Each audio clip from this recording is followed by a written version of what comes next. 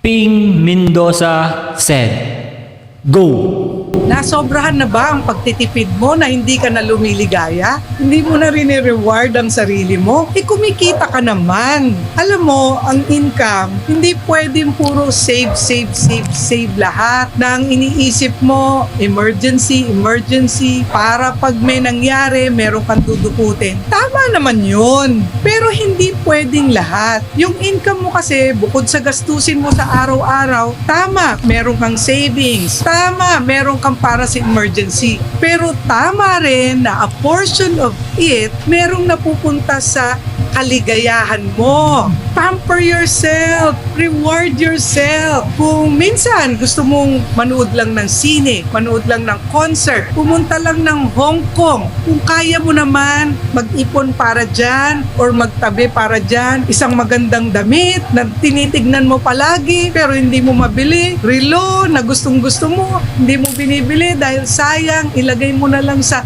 emergency fund mo. Huwag naman ganon. Reward yourself. Nagtrabaho ka kumita ka. A portion of your money dapat pumunta sa'yo. I-enjoy mo para sa susunod na magtatrabaho ka. Inspired ka. Kasi may binili kang magandang t-shirt para sa'yo. May binili kang magandang sapatos para sa'yo. Huwag mo nang pansinin yung iba na sasabihin sa'yo, uy, may bago ka na naman sapatos. Minsan lang naman, ikaw naman nagtrabaho niyan at kaya mo naman. Ang sinasabi ko dito, yung pakiramdam mo. Dahil sa pagtatrabaho, sobrang importante yung pakiramdam. Pag ang pakiramdam mo, nagtatrabaho ka, pero puro sakripisyo, hindi rin maganda yung result ng trabaho mo. Magtrabaho ka rin, pero i-reward mo yung sarili mo para kinikilig ka pa rin sa pagtatrabaho. Maraming makaka-relate nito, lalo na yung mga nagtatrabaho.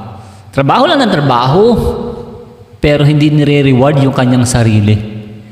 Dapat nating i-reward din ang ating sarili. Kaya tayo nagtatrabaho dahil sa ating pamilya. Dapat ang isipin natin, kung nahihirapan ka, dapat meron ka ring time sa iyong sarili na pag mag-unwind ka, makapag-relax ka, makapag-nood ng sine. Sabi nga ni Ping Mendoza, manood ka ng sine. Try mong maging masaya. Kaya mo yan. Huwag lang laging trabaho. Pagkatapos mo magtrabaho, lumabas kayo ng pamilya nyo. Kumain kayo sa labas, i-treat nyo ang sarili nyo. Okay lang yun. Dahil huwag mong isipin yung sasabihin ng iba.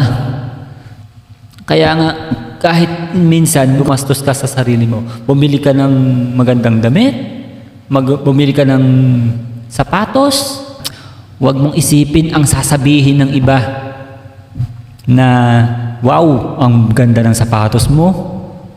Mas maganda yun, nare-reward yung kanyang sarili. Hindi yung trabaho ng trabaho lang.